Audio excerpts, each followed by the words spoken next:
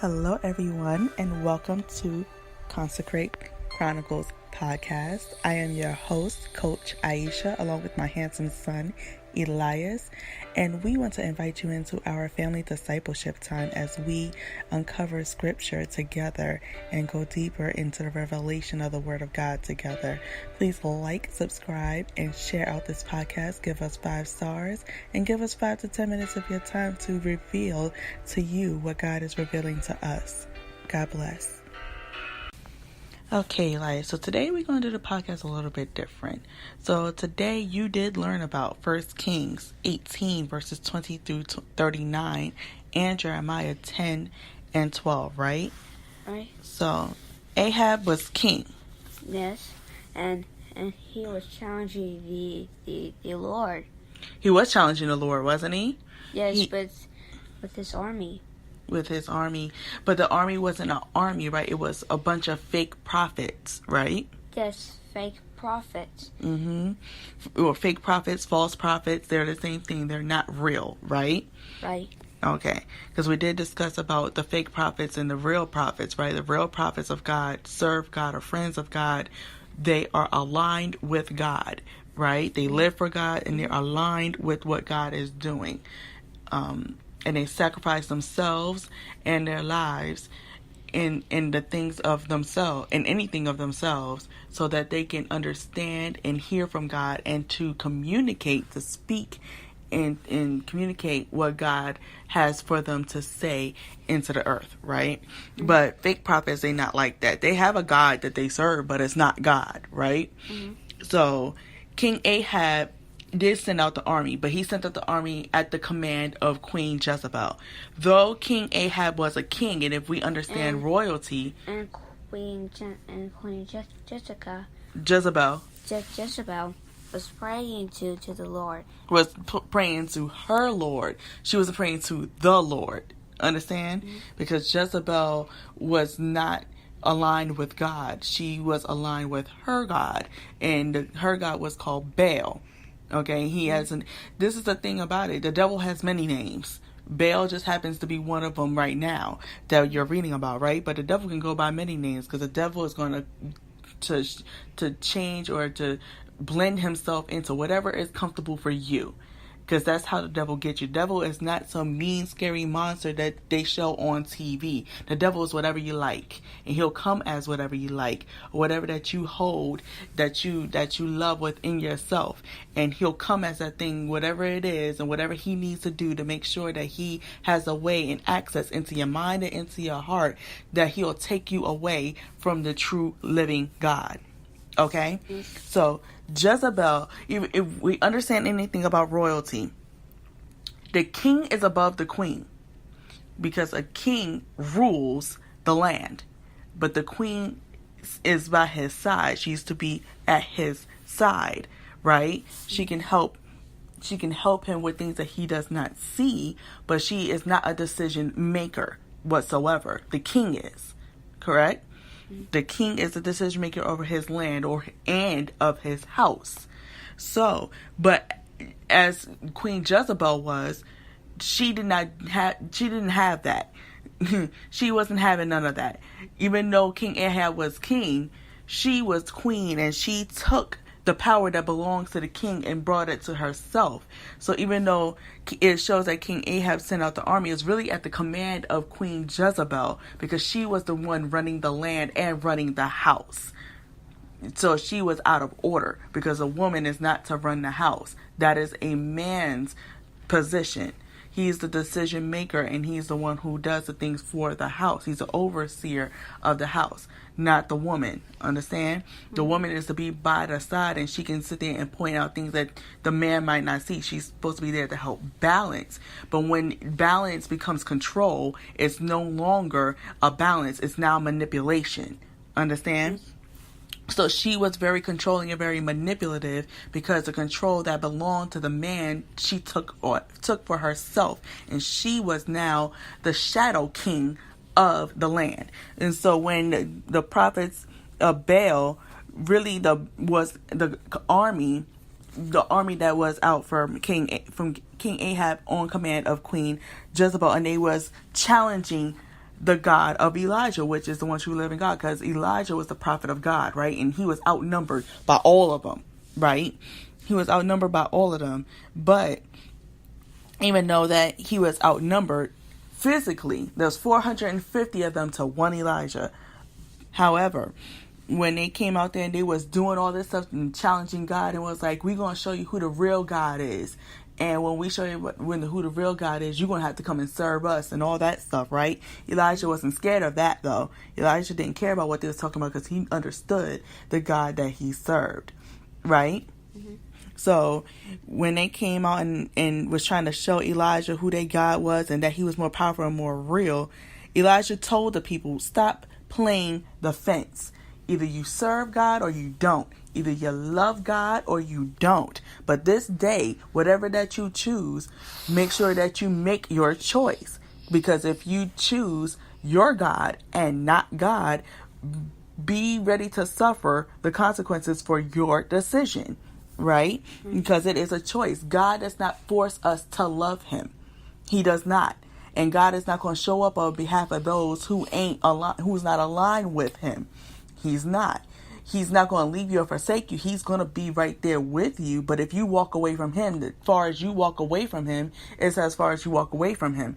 But his arm is never, you're never so far away from him that his arm can't reach you.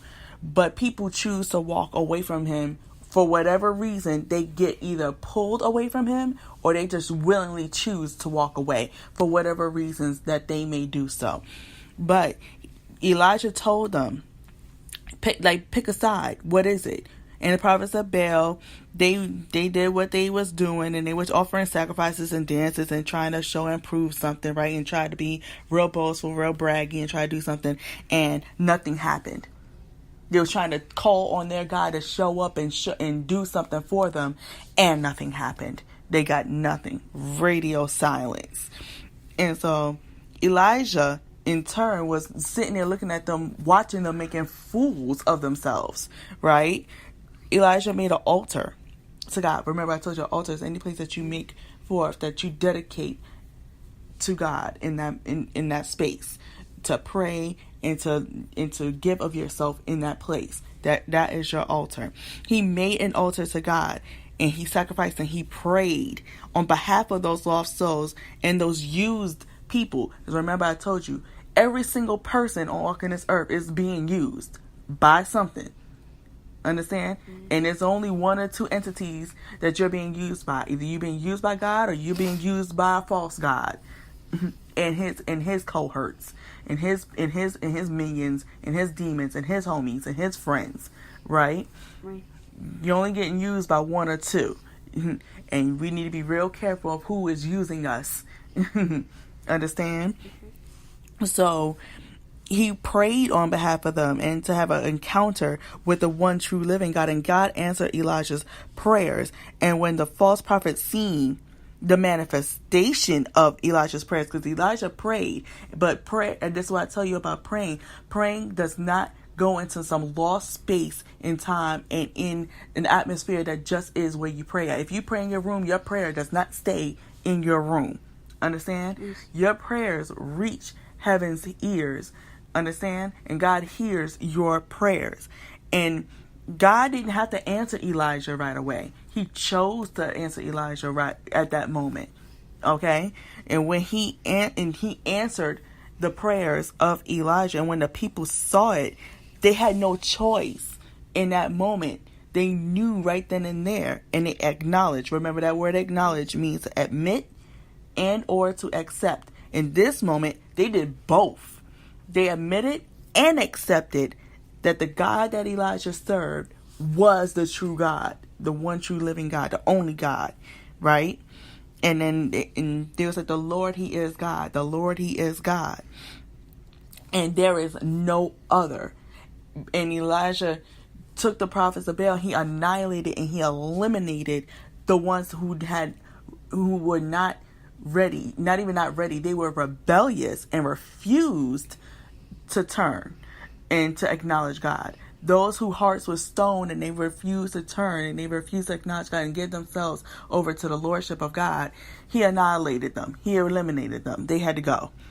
Okay? Okay. They had to go. But what this truly means, or what I want you to get out of it on your level of understanding, and I want you to get from it, is there's so many individuals, and they could come to you in a nice way or a not so nice way.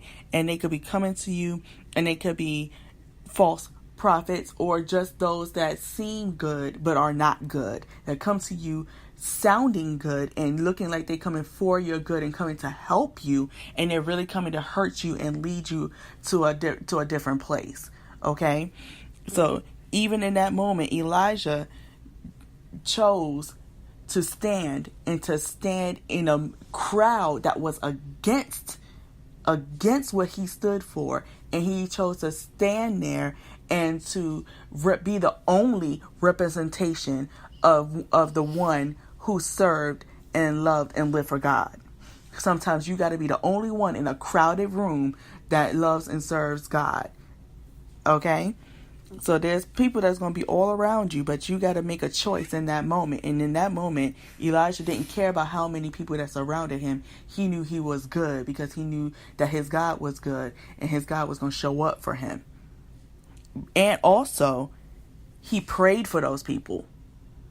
See, when people are being used by a false god or are going or is doing those sorts of things, we should pray for them, because your prayers could be heard by God, can be heard by God, and possibly will be heard by God to help pull them out of the dark place that they're in.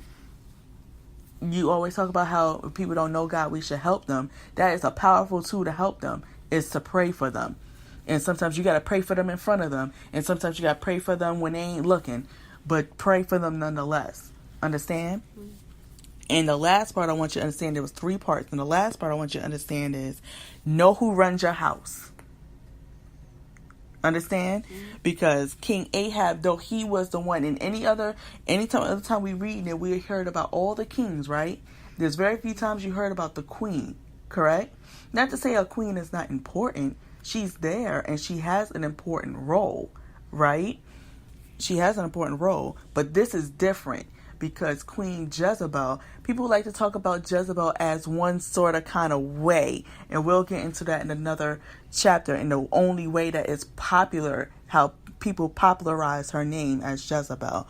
But truly, Jezebel was a control person. She controlled the house. So much so that the man was not even a man anymore. The king was no longer a king. He was a king in title, but he was not a king at all. Understand? Mm-hmm. She called him king. The land called him king, but he was not the king of his house, and he was not the king of the land. That was actually belonged to the queen. She was the more dominant. She was the more forceful. She was controlling. And that is all negative and demonic traits. Understand? To take over and to show more force and more power than the one that she was supposed to help balance. She was no longer there to help balance him. She took over. Understand? Mm-hmm. So know who controls your house, because your house will go down it'll go down with the one who controls it. It'll go down in the flames of the one who holds the power in their hands. And the thing is, in a household, the power is not supposed to belong to the woman, and it's not supposed to belong to the man. It's supposed to belong to God. And the decision maker is supposed to be the man. Understand? As a man is supposed to be the decision maker, the provider, and the security of the home. That is critical parts of his role. Not the only, but critical and valuable parts of his role as a man. The woman is to be the backbone and supporter and balance of the home, not control. Understand? She ain't supposed to take the power. She ain't supposed to manipulate her way as the overseer of a house. That's not her role. Understand? And that is not what you will accept for yourself. Understand? But the balance and the love of God and God ruling the home, that and being a decision maker, that is supposed to be how that goes. Understand? But those are the 3 elements I want you to understand. Who controls your house? Not everything that shows up in your favorite